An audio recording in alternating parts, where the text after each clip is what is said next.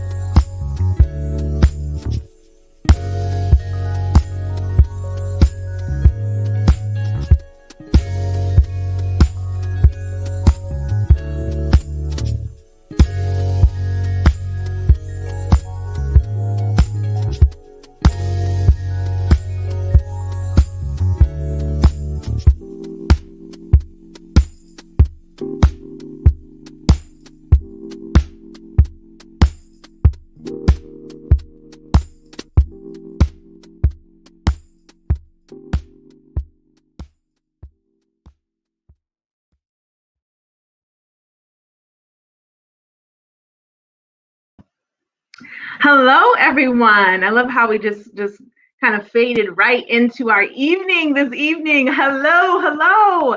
My name is Bianca Washington Chungin. I am the program director at the Arts Council of Greater Kalamazoo. Thank you so much for being with us today. I just want to let everyone know, don't forget that you can post live any of your questions this evening and your comments. We want to hear from you. We have two awesome guests with us today. We're going to talk to them. We're going to discuss how their artwork sparks dialogue. And so we're so excited to have them. And we want you to be able to come chat with us too as well and discuss what you've been seeing and how you've been able to take the work in. So please join us. And also, we have a couple different platforms that we're showing on PMN, also on YouTube and on Facebook, and on our website at Arts Council of Greater Kalamazoo. So also, if you have any unique needs this evening, there are different functions and settings that you can be able to apply, especially if you are on Facebook. So we want to be sure to make that known as well. I just want to give a shout out to who created our music this evening. That is Eric Oliphant, who is actually working with me tonight. And also we want to give a special shout out to James Chung, who the Art Hop poster that you see for March, that is his sculpture. So he created that sculpture, and we were able to have him featured when we were in person in 2018. So James, if you are with us this evening, I hope so. Thank you so much for your contribution with us in 2018, and we're so glad that we're able to have your artwork displayed as our main feature for our poster. So thank you so much. This month, we are taking a look into how does your art create dialogue. An amazing gift, and trust me, there's so many other artists that are in our midst here in Kalamazoo that have brought their work to the forefront and that sparked dialogue. And we're only seeing just literally a spark this evening, but we're able to highlight a couple of different folks. And so this is our opportunity to discuss. So come dialogue with us as we get to know artists in the community whose art sparks conversation and insight. And just really quick before we get into our star of the evening today, dialogue is one of our core values at the Arts Council. And dialogue is all about encouraging the exchange of ideas and opinions to create opportunities, address challenges, and most importantly, celebrate points of pride. So that's what we're doing here tonight. We are celebrating our artists, we are addressing challenges, and we're also talking about the opportunities that are here and the resources that our artists have to be able to do what they do. So dialogue with us. So we're going to start off with our a couple different things with our Wellspring, which is one of our building partners. And we're really super fortunate to be able to help just be a a voice box to them to promote their Rad Fest. If you all have a chance to actually have seen Rad Fest like with your own two eyes, you know, when we were in person, I mean, just amazing work. So we want to celebrate our neighbors in the building. And as you see here, there is a link that you can click into, because RadFest is not only just this Friday, but it's the full weekend. So be sure to go to the website. And when you go to their website, you'll see in this next slide that they have a lovely poster. And RadFest this March is going to be the 5th through the 7th, and it is virtual. It's a virtual festival. So it's featuring the work of over 50 dance makers, and you can go to their website, be able to have a couple little options there. You can do the whole package, or you can also select certain things that you want to see. So this season, RadFest has gone virtual, but plans on bringing audiences all the same exquisite content that RadFest offers live, plus some extras. RadFest presents live stage performers, site-specific works, a screen dance film series, master classes, workshops, and discussion groups. I mean, they just have everything going on over there, and several different networking opportunities for artists and patrons. So please, please, please make sure that you get onto their website and you check them out this weekend, because they've got some amazing things. Now, I can't quite dance, but I appreciate those who can. So, and speaking of dialogue, dance brings so many different discussion points, and it is dialogue with your body. So we're so glad to be able to have them. And then KIA is also doing a virtual exhibit, and so we want to be sure to give them some love and give them a shout out for also this evening. So please be sure to also go to their site this evening when you're able and you get a chance to check them out. So we're so excited. So let's go ahead and go into our thank yous, because, you know, we have to give a shout out to all of our sponsors. And so we just want to say thank you so much for being with us, for supporting with us, engaging with us. And, you know, as we see here, please make sure that you are also supporting those who give to us. So it's all about pouring in and then also giving out. So we want to give some love to our businesses here that help sponsor us and help make us do what we do. So thank you so much. So I'm just so excited for this evening, because there's just so many good things that are we're going to get ready to talk about. We're going to introduce Mr. Kenji Jermaine Marshall. And Kenji's work is in the genre of unflinching eye of the horrors of Black minds.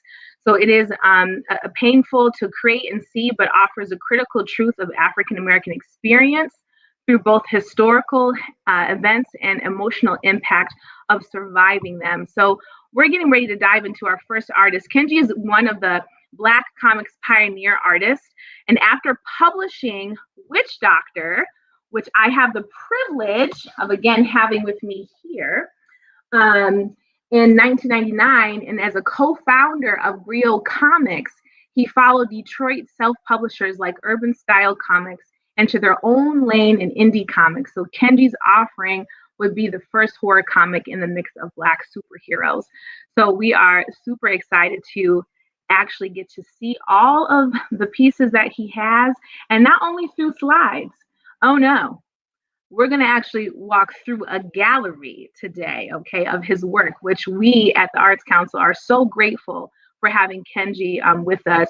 And so we'll be able to dive into that. So without further ado, Kenji, hello, hello. Hey, I'm in here. Yes. Hi, Kenji. Thank you so much for being with us. Thank you for having me. Yes, thank you. I cannot tell you enough. I read through my first one here, and then I got to get through here to the 10-year anniversary edition. Yep. So that comes first. Yep. This comes. See, this is how you know you learn. Mm-hmm. So this comes first, and then this is next. Right. Awesome, great. Well, let's go ahead and talk about how your work sparks dialogue. So I'm going to start off with the first question that we have here today. And with our theme, Kenji, can you tell us like how you feel that your work sparks dialogue, or could you give us like 3 themes or highlighted descriptive words on, what is your work about? And yeah. Okay. Specifically Witch Doctor is a Black horror comic. So that's 2. So it's like Black and it's horror. Mm-hmm. And, I don't know, voodoo or action. Yeah. When we originally started publishing those books with Rio Comics, the idea was that, and our tagline was that some stories haven't been told. Mm-hmm. There was kind of a vacancy in terms of Black representation on both sides of the page with comic books at the time. That has shifted a little bit since then, but even still, I think my books represent a deeper dive into culture and Black identity than what you would find in mainstream Black comics. And that's by design. Some of the stuff that I touch on is painful, and I dress it up in fantastic ways to make it look exciting. But some of the stuff that I touch is stuff that mainstream comics doesn't want to touch, just because it's harsh stuff. It's unflinching, like I said. Mm-hmm, mm-hmm. Yeah, and I find that really interesting because we see a lot of narratives, and I think that this is one that we need to see more of because it's a part of our history. It's something that we can't get away from, and we need to learn more about. So, so yeah, it's super important. And when we kind of go through today, we'll be able to see all those who are with us, some of the images and pieces within the illustrations of your main character has the scars on his back. And it's not just from, he got caught up under a fence. Okay. Right. It's historical. It's rooted in his ancestors and the abuse and the pain that they went through. And so that's really important to note because I think sometimes we go through comics and we look at horror like it's just like, oh yeah, that character just, I don't know, has something on their back or their eye or they got scratched up, but you're really keying in on a really important topic here. And so that's a bold move in your artistry. Well, I mean, to be honest, this book comes through me. This story comes through me, and it's lived and breathed, and it's researched, and it's authentically my thoughts and my understanding of my history and the impact that it has on me just as a person. I'm human. I'm not a magician. Like, this stuff has to come from somewhere, and this stuff came from somewhere very real. Mm-hmm. Absolutely. Thank you. Thank you. Now, what would you say is the main inspiration behind your work? And we kind of heard a little bit of it, already, but are there any other elements that inspire, just kind of what you put forward? Well, there's where it comes from, and then there's where I want it to go to. There's the audience that I wanted to reach, and then there's kind of the peer group and the context that I wanted it to fit in.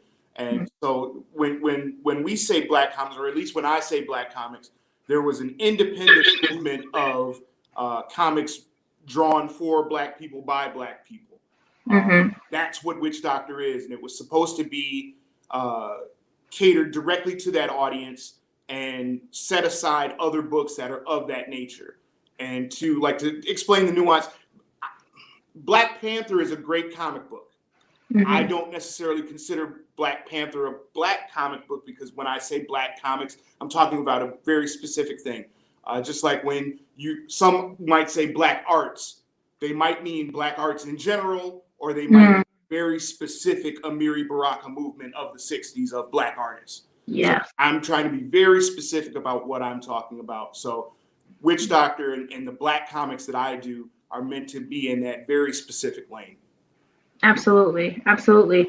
And, speaking of that lane too, have there been any challenges, with, putting that out there? I mean, what have you kind of come across? I think the challenge is just the in terms of distribution, like when you're making a comic just in general, I guess the goal would be to sell as many copies as possible and to get that out as far in the mainstream as possible and just get as high distribution as you can. For me, at least, and in terms of the way that I approach Black comics, I didn't need to sell a lot of them. It was more important for me to create the work and let the work for itself, and hopefully, at least enough people will come for it to be important, or for it to be felt. But I certainly didn't feel the need to water it down or make it less dramatic, I guess, to reach more people. That was never an intention of mine.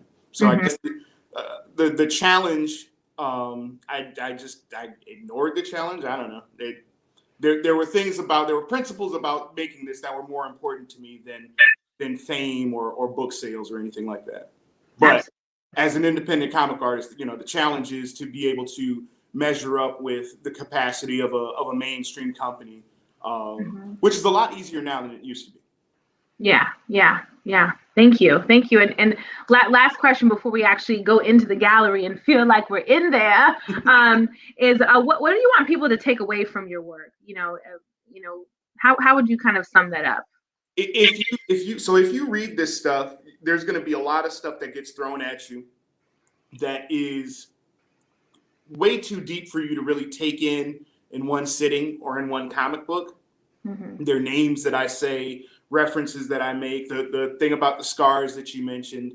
I would like for you to take those things and look into them further, just because I think it would help you understand. It would help you understand the book a little bit more, and it would help you understand Black people a little bit more.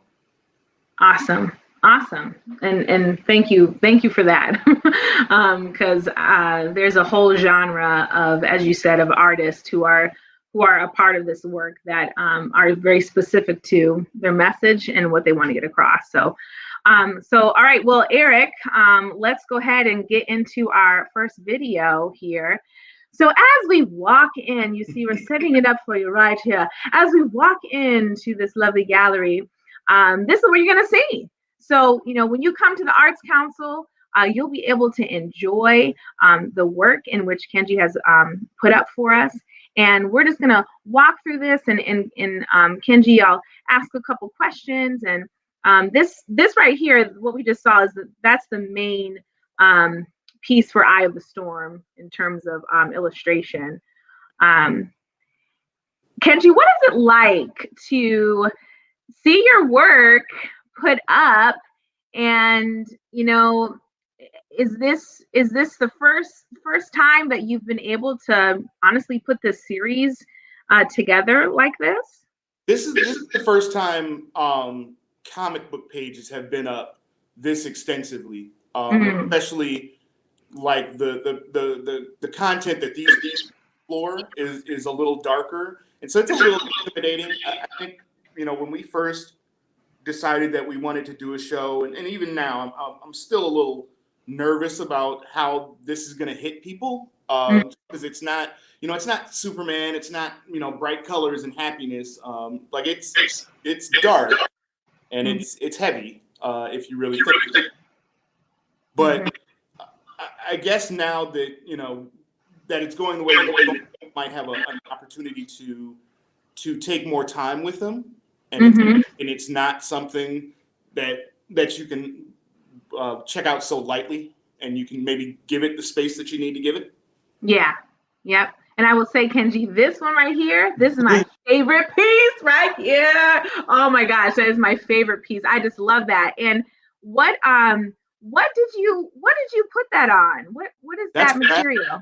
Yeah, that was craft paper and marker and pen. I was just really driven to do that piece from there was a moment that I had in Detroit where I just saw someone who was screaming in the middle of the street, and the impression that I had was that they were screaming at no one. But then I thought to myself, what if there was somebody actually there?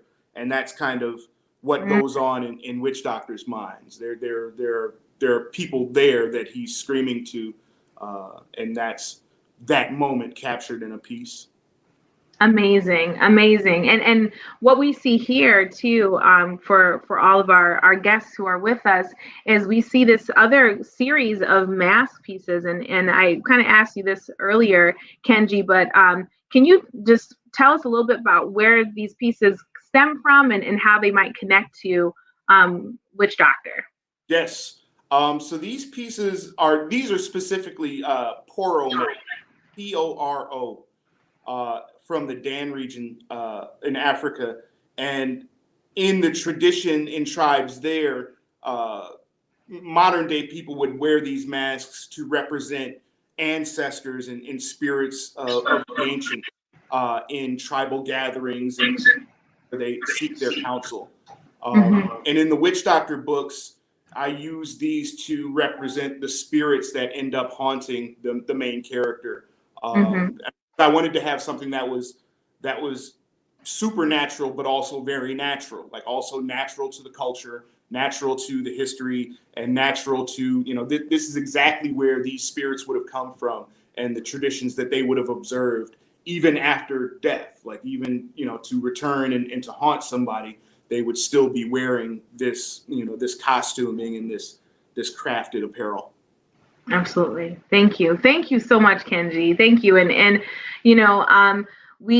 everyone, hey, message, put in the comments. We see some of your comments in terms of appreciating and the work that you see this evening. But put in a question to Kenji. If you have any questions, we'll be able to get to that.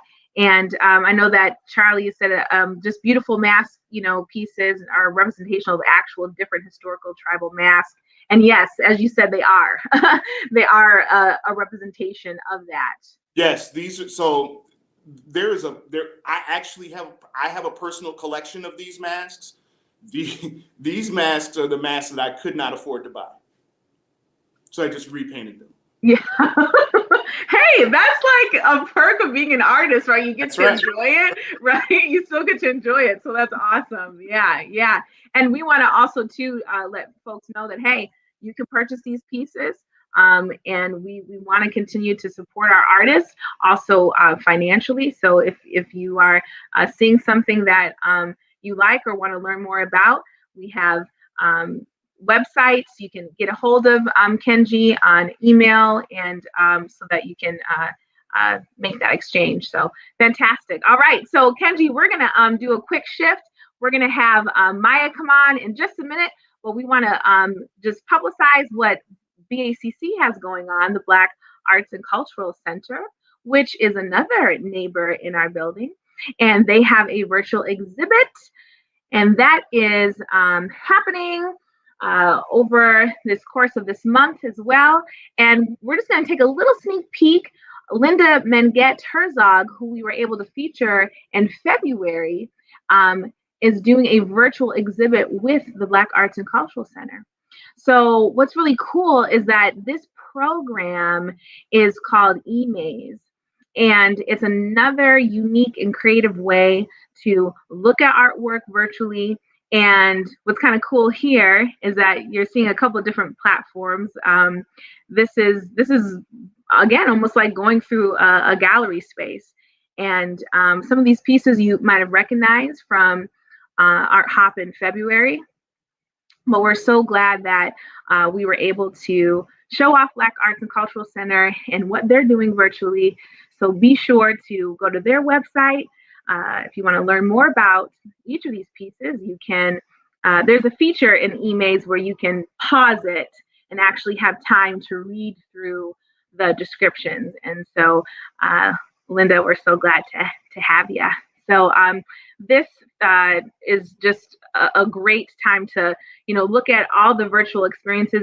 And for Linda, the figures in her paintings are her way of capturing the beauty and essence of humanity. So talk about dialogue, capturing the beauty and essence of humanity. Some of these paintings depict the human condition with what we have faced in the last few years. So thank you, Linda, so much for being able to be a part with the Black Arts and Cultural Center and BACC doing that. So we have our next guest here, Miss Maya James, who was also in our gallery this month. Maya's work center around feminism, anti-racism, and socialism, and her experience as a cross-cultural Black American from a racially hostile town in North Michigan. So we're going to get a chance to look through Maya's work as well. Here we have just a couple pieces here, and we're going to talk about what each of these pieces represent. And so we're so excited. So Maya, hello. Hey. Hi. I was like, oh girl, I got my lipstick on too. So we were talking about how when you wear masks, like you can't. Right. Yeah. Right. See, because we have an event today. Right. Yes. So it's so exciting to have you, and have you in our gallery too as well. Thank you so much for sharing your work, and I just can't wait to hear more about how your work sparks dialogue. So let's get into it. So similar to Kenji, I want to just hear from you, like with your work that you put forth, what kind of themes do they represent? What kind of sparks of conversation do you think your pieces kind of bring out? So I would say the first conversation is obviously the conversation of like Black women and how we're represented in media. That's how most of my work, that's what most of my work revolves around. And I use a lot of nudity, but I use it as like a tool, and not in the way that a lot of feminist movements are using them, or non-feminist movements, just movements in general. Because what I noticed is that we're, as feminists, or in the feminist perspective, we're always talking about sex positivity, but we're talking about it before we're talking about healing our entire culture from rape culture and just what patriarchy has done to kind of like create a foundation of distrust between a lot of Black women. And so I kind of create works about how we're portrayed, how we portray each other, how we talk to each other, how we interact, and how we represent ourselves as well. So a lot of my self-portrait work is about that as well. And I did do that behind me. Yeah, it's a work in progress. I've been working on it for like 3 years, but it's gonna end up being like a very detailed piece at the end. And Maya, you said that you're adding to this piece, and like a part of that adding, is it things that inspire you, conversations that you have? I mean, how are you adding to to that piece in the back there? This is so this is a series of two. So I have the one behind it that you can't really see all the well.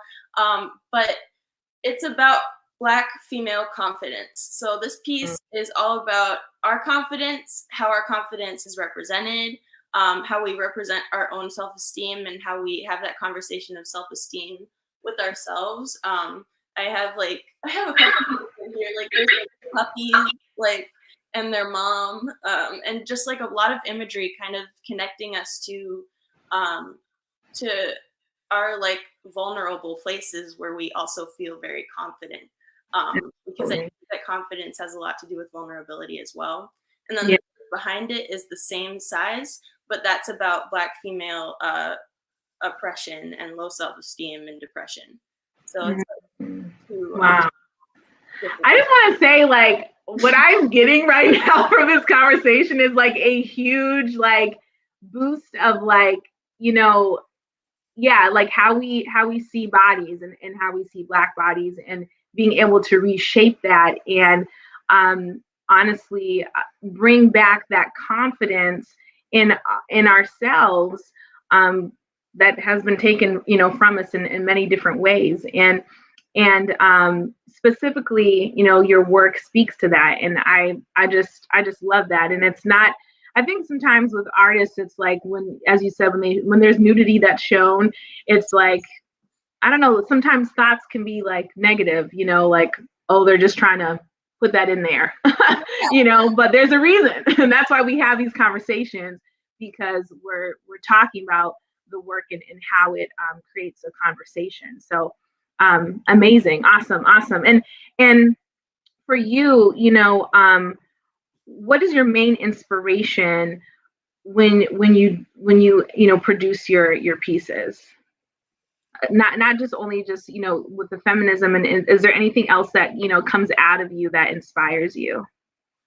Ooh, well, that's a really good question. So yes, it's like my experiences with Black women around me.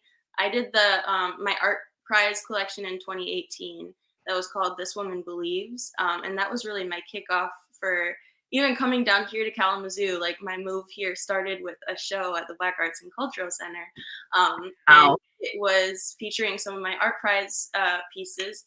And that was a series of 12 women that I either knew or I was following on social media, or that just inspired me in general, but they were average, everyday people.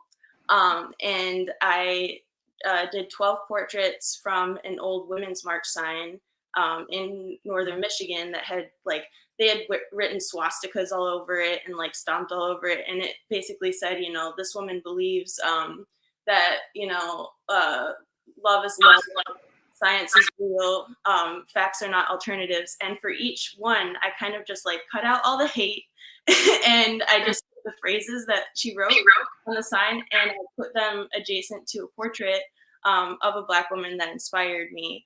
And so they used that, and I think that was just my jumping off point, is like, I want to represent the reality of the Black female experience and the Black non-male experience. You know, I want to represent our real lives when we're not being commodified, because I think that the biggest issue for me in seeing myself reflected on TV, even in positive ways, like with, you know, Kenya Barris shows or whatever, is the fact that we are being used to sell things. And it's like we're still being put on the auction block. And especially with Black women, it's like there's a lot of history to it, but we are always being commodified. And that's why I like always press socialism in my work, not as like a political agenda, but to say that I don't want Black people to have to be commodified as, you know, something to be bought and sold anymore. Absolutely. Did anybody hear what? Just amazing. Thank you, Maya, and thank you for sharing your work and doing what your heart speaks to you to do. We are very thankful for this, and especially this evening. So let's get into your pieces and our experience of walking through the gallery. So as you head over to the left side of the gallery, you have Maya James, her artist statements, which you can see more of and our social media. And also too, we hope that you're able to safely come inside and experience this exhibit. I love this one, Maya. I got my civil rights. Now, can you tell folks who this person is? This is Nia Wilson. She was a Black woman. This is going to be a little violent, I'm sorry, but she had her throat slashed on the BART train in 2018, I believe. And it's a quote from Marsha P. Johnson at Stonewall. And it's all about how, she was helping somebody get on the phone with their baby while he was like literally murdered. And so it's kind of about the fact that we can be going about our regular lives and we're going to be politicized to the fact that we might be murdered, at any time as young Black women. So that's what that piece is about. And I've been trying to find the family to donate it to them if they want it, but it's been like a couple years, and there's some things where they can't release their information. I got it. Yeah. Well, that's very powerful. And I mean, and as we, scan through some of your pieces, Maya, you have like this. What we're seeing is this one series, or kind of where did this? Is it a collective, or how did you bring all of these pieces together? It's a little everything. So some of them are just, miscellaneous paintings that I haven't done before. The pieces that are about, money, ice cream, coffee, those things, that is a part of a series I'm doing on vices. And it's also speaking to the commodification of Black people and Black women. And, just kind of using that mindset of like, vices and things that like are really taboo, and like having that conversation about like Black women's bodies as well and how they're used in advertising. Wow. And I just want to just give attention to one of your pieces says sold, and that's what we want to do. Okay, yes. Is we want to sell your pieces because they inspire, and this is really cool because you showed me this particular paint glows in the dark. Yeah, so ice cream one, and then also this pink one, the pink Northern Lights with Heather Mitchell. These pieces have light reactive paint in them. So if you take your little iPhone up to them with your flashlight, it'll start reacting and glowing. And then if you own the piece and you put your light up to it at night in your living room or wherever it's hanging and it's all dark, then it glows in the dark for up to 12 hours. That's amazing. Eric, can we actually go to that last slide of Maya James's work so that we can, see that piece again, so just people can have when you showed me, I was just like, oh my gosh, that's like amazing. I'm not so sure if we'll take a look at it again, but if you were to be able to, sum up in one word, there it is. Thanks, Eric. So this is what Maya was referring to, and that is Heather Mitchell there, who's in the community.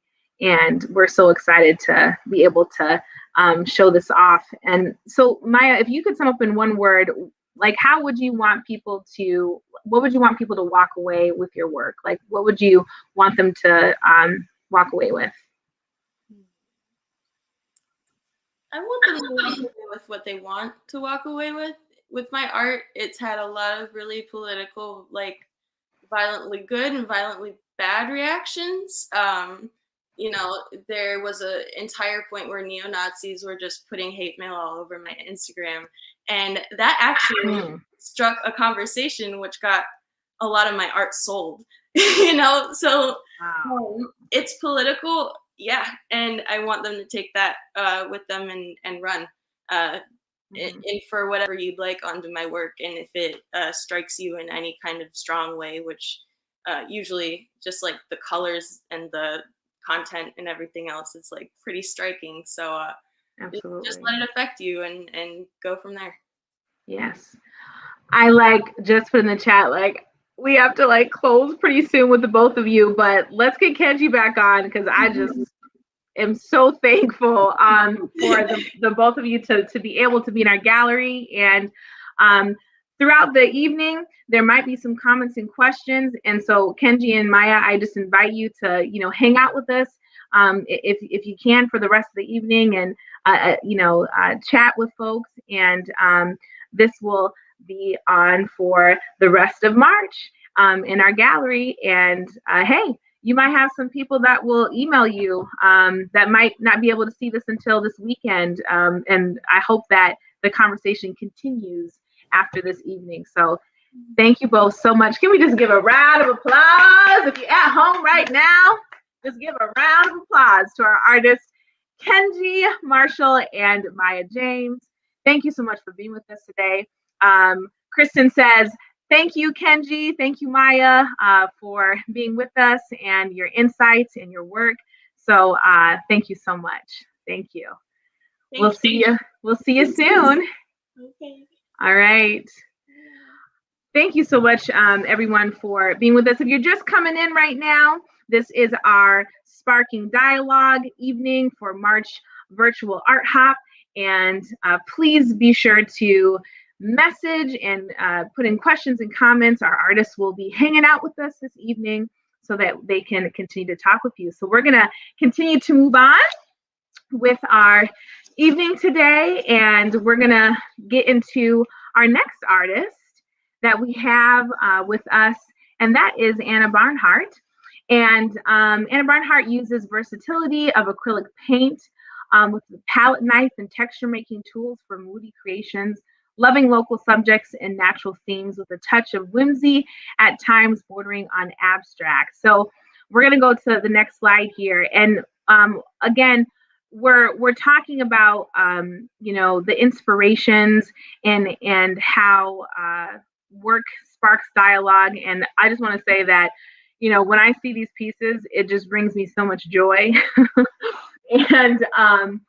and what's great about looking at works of art is how my questions are always like how do they do that, what tools do they use, what's the medium, what's the format. And so you can learn more about these artists as we continue to go through their work and look at their websites and connect with them. I think Eric said this is one of his favorites, and which is definitely one of mine. I just love. I actually, if I had my nephew with me, he would be able to say what this dinosaur is, because I will say I'm not so sure, but he knows, and he's only 4. So we're just so excited to have Anna with us too as well in this curation of work. So we'll head on to our next one here. And we have Bibliamo, who is an artist, educator, and motivational speaker. Medium of paintings is acrylic, and works are original and born out of personal inspiration and dreams. Personal inspiration and dreams. The beauty is in the eyes of the viewers. That is what he intends for his viewers. So he says, my paintings are therapeutic in nature. So let's take a look at his pieces here.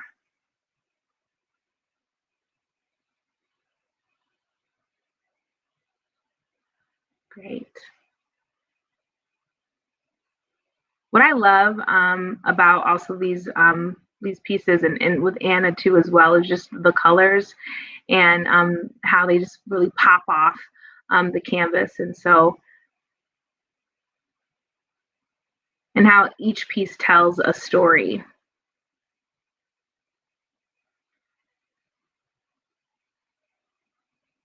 Great. All right. Our next artist is David Elhart.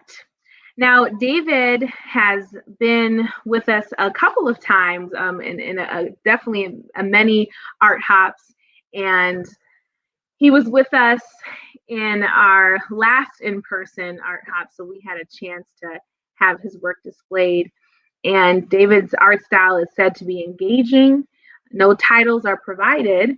You, the viewer, provide the title from what you see and feel. How cool is that? You, the viewer, provide the title from what you see and feel, like music, art as an emotional experience. Just words of, I love it. I love it. And again, David's work is, I think for me sparks dialogue in terms of location. I know, you wonder, where is this piece at? Where is this coming from? Or it can be universal. And so he just has a really great way of bringing that out.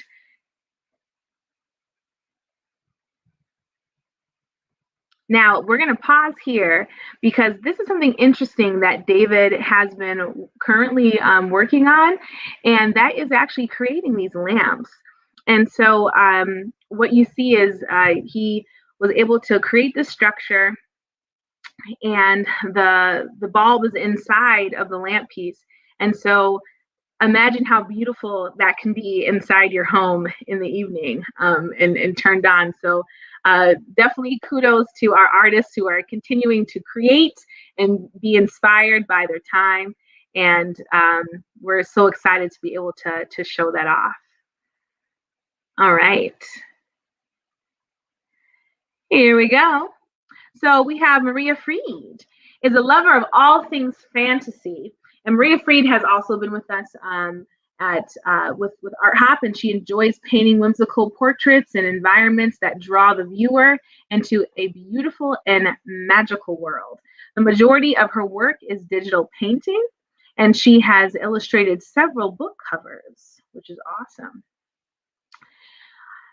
I just love, I feel like, speaking of sparking dialogue, I literally feel like I'm one of these characters in her pieces. It just transports me. And so I just really just enjoy these pieces and the illustrations that she puts forward.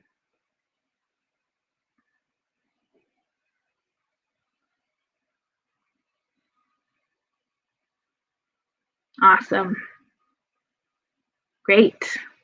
All right, our next artist we have, actually business, is Colors and Cocktails, who is featuring Sydney Hansen. And Sydney Hansen is 11 years old, y'all. She's 11 years old. And honestly, if I think about it, one of our youngest artists probably in quite some time. So Sydney is a young artist inspired to make fun, abstract art. Again, she's 11 years old. She has already found a passion for creating colorful art using different techniques like paint, pouring, and splatter painting. So you can check out Sydney, and we'll be able to, here she is at one of the pictures here with one of her pieces in the background. And again, Lauren Lassiter is featuring her for 2 months. So all the way through April, and all the way through April, March and April. So giving back. So her work, not only does it spark dialogue, but it also sparks dialogue through meaning. And she says, it's all about giving back. So giving is not just about making a donation, it is about making a difference. And that is a quote from Kathy Calvin. She said, a portion of every purchase of my art will be donated to Kalamazoo Institute of Arts to be used for a scholarship fund. I mean, young people are doing amazing things. So again, her pieces are going to be used for a scholarship fund through the KIA for other children to attend KIA's summer arts camps. And she says that I want other young artists to enjoy this wonderful opportunity. And if you're interested in purchasing any of her pieces and just knowing more about her and how you can get involved in giving back, this is her email address at sidloveart1@gmail.com. And we're just so thankful to the work that she has been creating and giving other kids her age an opportunity to not have any boundaries when it comes to having to pay for workshops and things like that. So thank you so much, Sydney, for your amazing contribution. I'm like, I need to I need to figure out, something of giving back. These young people out here are definitely giving us a run for our money. So thank you, Sydney, so much. And thank you, Lauren, for being able to host her in your business. So we have Jonathan Wijnberg. Now, Jonathan Wijnberg also showed in our last in-person art hop, which was back in February of last year. And he was able to show at Consumers. And Jonathan is a regionalist painter who tries to push his art into an individualistic pursuit. He produces a body of work that reflects Kalamazoo. I was getting ready to sing the Kalamazoo song, but I'm gonna spare everyone right now. But again, Jonathan Wijnberg, had the chance to have a conversation with him, and he's working in the studio on some new pieces. And what we see here this evening are new pieces that he's been working on. And these pieces are not only connected to Kalamazoo, but Petoskey and like a couple other, South Haven and a couple other places. And so we're just so excited to show off what Jonathan's been working on.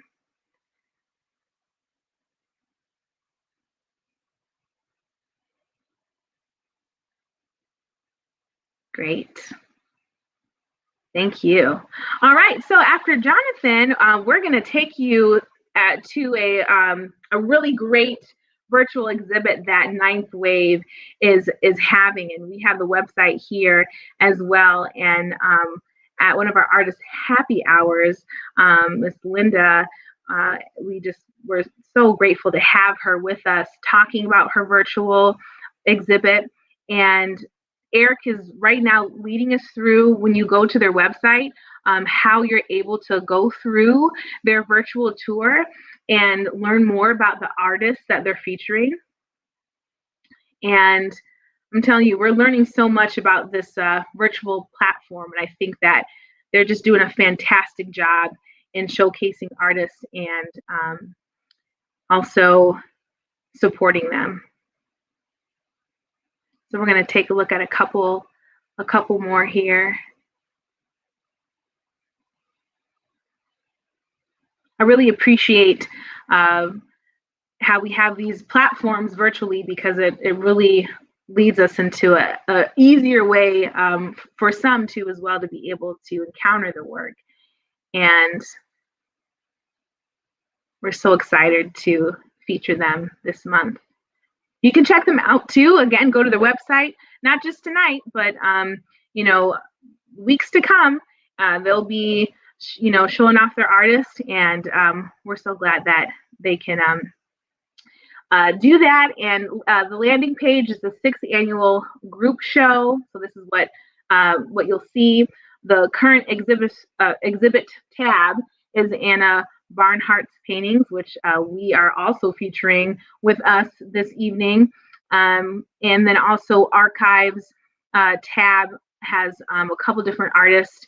Mr. James, this is his first time on a virtual art hop, which is amazing. And we have another Equinox exhibition shared previously in September of 2020 art hop. So sometimes what you'll see too with these virtual pieces is that a lot of these artists were supposed to show in different, exhibitions last year and just didn't have a chance to. So thank you so much, Ninth Wave, for giving that platform. All right, Stephanie Somerville, excuse me. So Stephanie says, I bring the essence of environments to physicality through creating acrylic pour paintings on stretched canvas. And believe me, y'all, when you see these stretched canvases, you're going to be amazed. You're going to be like, how in the world does she do this? She says, I infuse the colors of each piece with the energy surrounding me and display them in a visual abstract form. And then attuning to details in my life and pouring those details into my work allows the beautiful depths of my life to reveal themselves, always offering more to see each time you really look. So let's take a look at her pieces here. So Stephanie, I know that you're with us this evening, and thank you so much for commenting and being with us in dialogue. And if you have any questions, anyone who's here, please make sure that you put them in the chat and you comment. We have some of our artists here with us tonight. So please make sure that you are giving them some love. And if you have any questions about anything, I know that Stephanie, I just was amazed. Like, I was just like, these shapes are absolutely stunning. And how you put these together, I'm sure people are going to want to know. So please be sure to ask our artists questions this evening and comment on their work. So thank you so much, Stephanie, for being with us. All right. So next we have Marissa Chupp. So Marissa Chupp is an artist and graphic designer based out of Kalamazoo, Michigan. Chupp has a dual degree in the fields of fine art and marketing. Her work aims to encourage, inspire, and bring beauty to their space. As a faith-based artist, her ultimate goal is to glorify God with her creative gifts. Oftentimes, subject matter is derived from nature, scripture, music, dreams, and thoughts.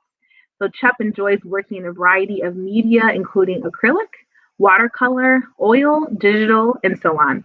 So when she is not painting, she enjoys cooking, baking, and running. Awesome. Thank you, Marissa. So speaking of what's so great, what we learned about, these artist statements is exactly what we're talking about today with sparking dialogue. And so I just love the medium here that Marissa puts out, and I'm so excited to have her with us. It's also great to learn about, artists and what they're inspired by, and, how they're just putting out their space and providing space for people to enjoy and see.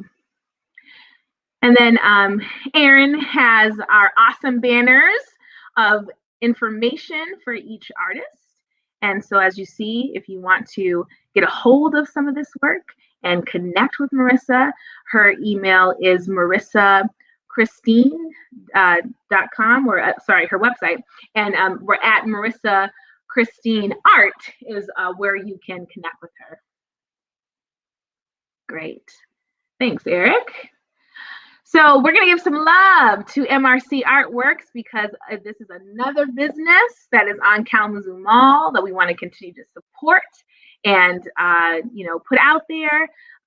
Again, MRC has such a great calling to the work that they do, and we're so excited to feature them again. You'll see actually there's a couple different pieces that some of the artists have been working on, and the Be Kind is definitely one of my favorites, and we'll go on to the next one. So MRC Artwork strives to enrich the community with the diversity of art by participating in local art hops and promoting its artists' work through a variety of venues. So not only do we see visual pieces, but we see different, there's jewelry, there's bags, there's all kind of just beautiful things that they're creating over there. And so we're so glad to be able to give them some love. Please make sure that you support our businesses that are with us, so that they can continue to support our artists too as well. All right. So we're going to take a little pause here. Again, we want to thank our sponsors. If you're just kind of joining us right now or coming in on the tail end, it takes a village. It takes a community to be able to hold each other up. And so we're just so thankful for our sponsors for holding us up and continuing to be with us. Please make sure that you're supporting them as well, and pouring your time and your resources and your funds for their services, because they also serve our community. And so we just want to give a shout out to them and thank them for their generous just love and sponsorship. Great. So we're getting towards the end of our evening, and I just want to thank everyone for being here. I want to thank all of our artists for being with us. I want to thank everyone who's putting things into our chat. Gail Jennings says, thank you for another wonderful virtual art hub. Thank you so much. And thank you for just our artists, Kenji and Maya, for being with us once again. Stephanie Somerville's here, Kenji, Maya, some of our artists are here tonight. It's not too late to put in a question or put in a comment. You are able to connect with them too after Art Hop. So we're so excited to have them with us. So in closing, we have William Christensen, who is a photographer.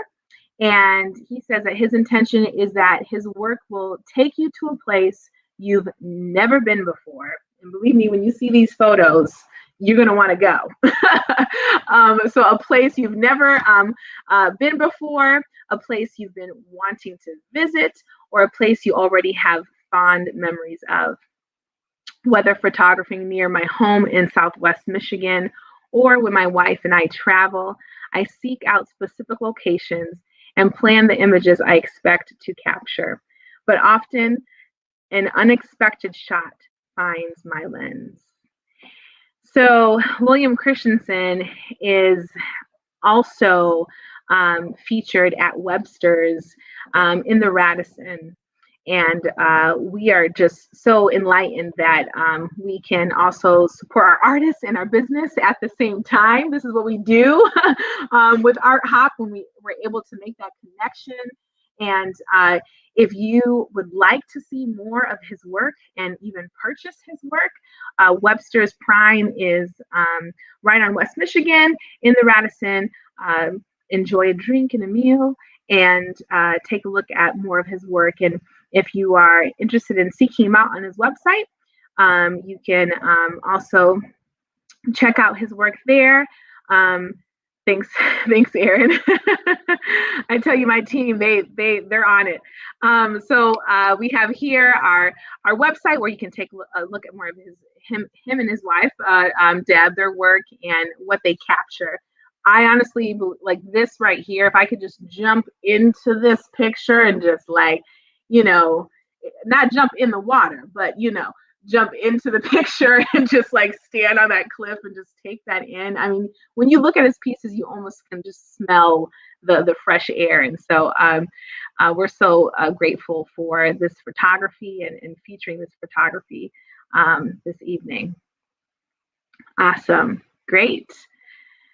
Thank you. So y'all, we're at time. It's 7 o'clock. I wish that we had more time with you, but I want to just let you know that, again, Kenji, Marshall, and Maya James are at the Arts Council Gallery. So we are open from 9 to 5, but please make sure to connect with them both virtually on their websites, on their social media.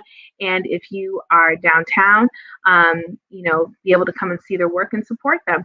So I am just super excited that, this month we've been able to continue to support our artists.